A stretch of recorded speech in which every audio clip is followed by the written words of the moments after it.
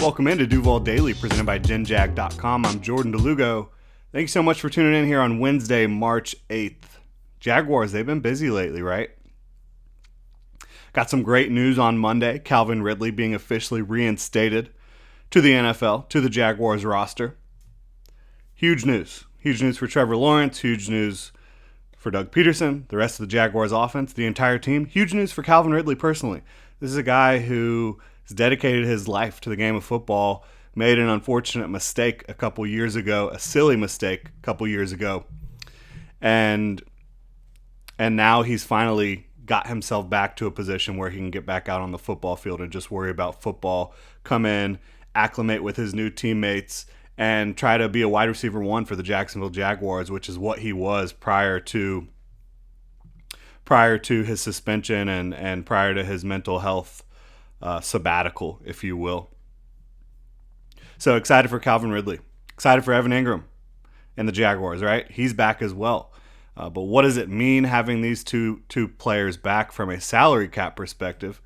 Well, it means the Jaguars right now, if you look over at overthecap.com, are over the salary cap. They had cleared up a good amount of space with moves, restructuring Foye Oluokun, restructuring some other contracts on the roster, pushing some cap down the road. But after bringing back Evan, bringing in Calvin, both of those contracts are about $11 million in 2023 cap hit. The Jaguars are now about $5 million in the red, according to overthecap.com. Now, they clearly have a path forward, and we're going to talk about what that path forward really is for the Jaguars in terms of clearing some salary cap space and getting their roster ready for the NFL draft, and then ready to attack, spring, attack minicamp and OTAs, and then, of course, get into summer and get to the training camp and get ready for the 2023 season. So the Jaguars currently have 59 rostered players. That being said, they're still $5 million over the cap. What are they going to do immediately to alleviate that cap issue? It's the rumor we've all heard already. It's the report we've all heard already. The Jaguars are going to have to release Shaquille Griffin. They're going to save $13.1 million against the 2023 salary cap in doing so. And based on their current numbers, that would get them to $8 million in cap space. Well, rookie class is going to cost more than that. And you're going to want to be able to add a piece or two that can come in and help you win football games in free agency. You're not going to just be completely inactive in free agency from this point forward. So how are the Jaguars, beyond the Shaquille Griffin release that is expected? It's already been reported that it's going to happen. It just hasn't happened yet. That gets them to $8 million. They've still got their rookie class to sign, which is going to cost about $9 million. The fortunate thing is there's wiggle room with some of the contracts at the back end of the roster. So the Jaguars will be able to move on from some of those to make way for some of their rookie contracts, etc. But still, I think you want to have more than $8 million heading into the unrestricted free agency portion of the offseason, which begins in earnest next Monday, March 13th. At noon when legal tampering kicks off. And then you can officially sign players starting on next Wednesday, a week from today.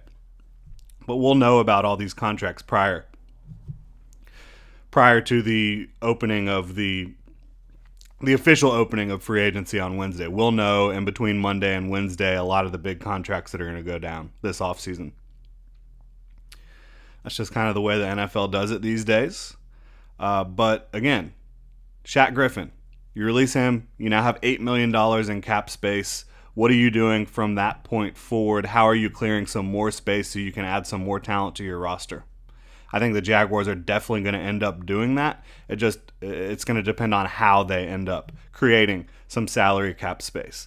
They've already eaten into Christian Kirk's cap hit, right? They've already eaten into Foye Oluokun's cap hit for 2023.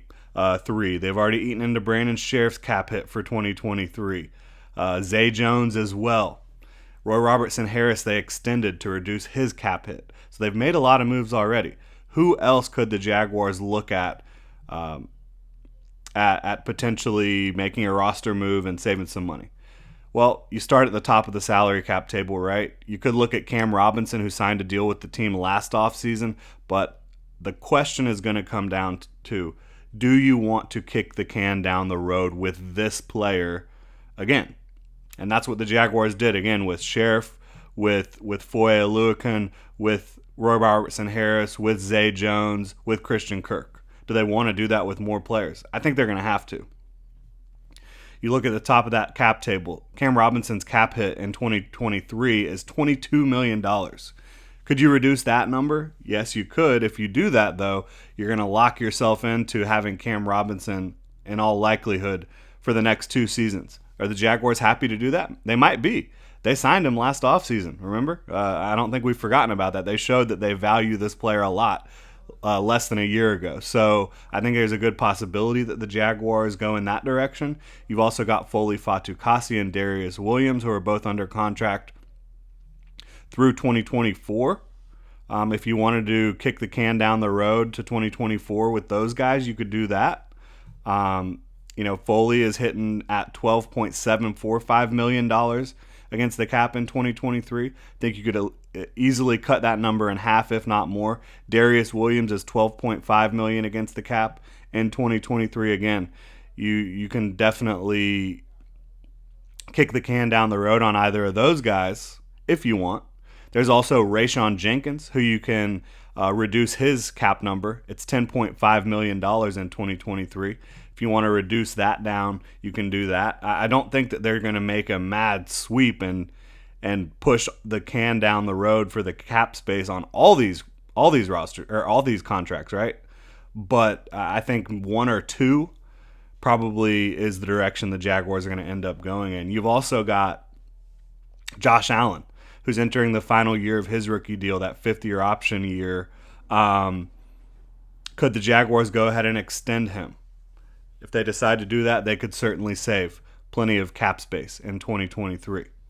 You've also got, as I mentioned, Rayshawn Jenkins. You've also got Jamal Agnew, who's entering the final year of his deal with the Jaguars. If the Jaguars extend him, they could certainly save some cap space on his contract. So there's a lot of machinations, a lot of different moves that the Jaguars can make to clear more cap space, so they could potentially bring back an Arden Key or bring in another pass rusher who they value. Because I think when you look at this roster, you can't go into the draft with their current group of pass rushers, in my opinion.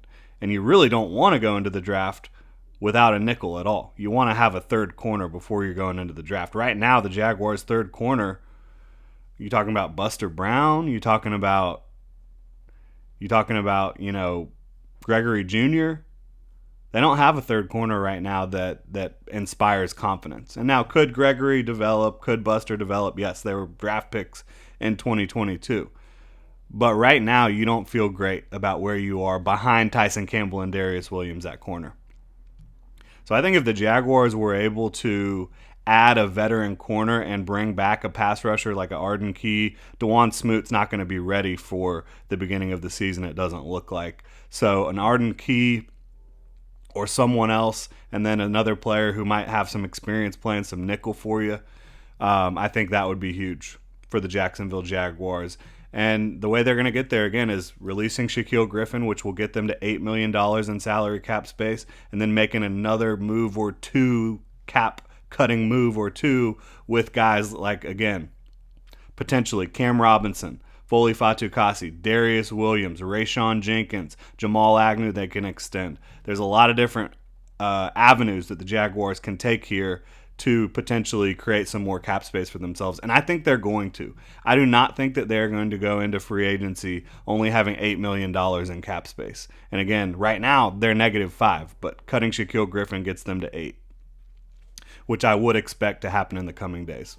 But that's going to do it. Just wanted to quickly explain to y'all kind of where the Jaguars are at from a salary cap standpoint, how they can move forward, how they can clear space to, bring in a pass rusher, not a star pass rusher, but a guy who can be your third rusher behind Josh Allen and Trayvon Walker.